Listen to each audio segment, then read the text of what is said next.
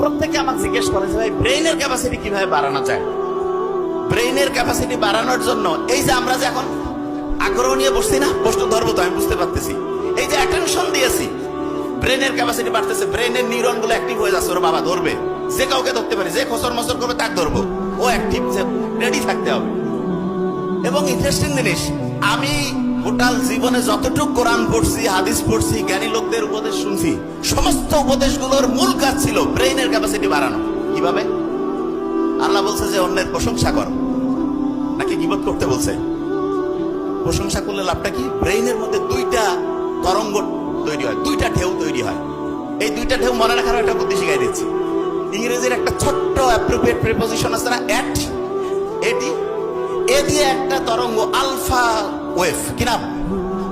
আর টি দিয়ে আর একটা theta wave, কি নাম? এই দুইটা হচ্ছে চাচাতো খালাতো ভাইয়ের মতো। এই দুই ভাই যদি একসাথে আসে সবচেয়ে পাওয়ারফুল, সবচেয়ে শক্তিশালী হয়ে যায়। কিরকম শক্তিশালী? ওই দুই ভাইয়ের নাম জানি তো, যারা আকাশে বেলুন দিয়ে বিমান উড়াইছিল, ওই যে রাইট ভ্রাতৃদ্বয়, খেয়াল আছে? ঠিক তেমনি করে ব্রেইনের সবচেয়ে উপকারী দুইটা ঢেউয়ের প্রথমটা আলফা, তারপরেরটার নাম কি? বিজ্ঞানীরা দেখছে যখন কেউ প্রশংসা করে তখন তার ব্রেইনের মধ্যে আলফা এবং থ্রিটা যে ওয়েভটা আছে এটা বাড়তে থাকে। সুবহানাল্লাহ বলবেন না?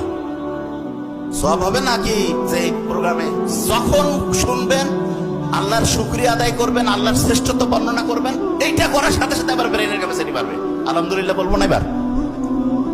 আচ্ছা, অন্যের যখন সমালোচনা করি তখন কি হয়?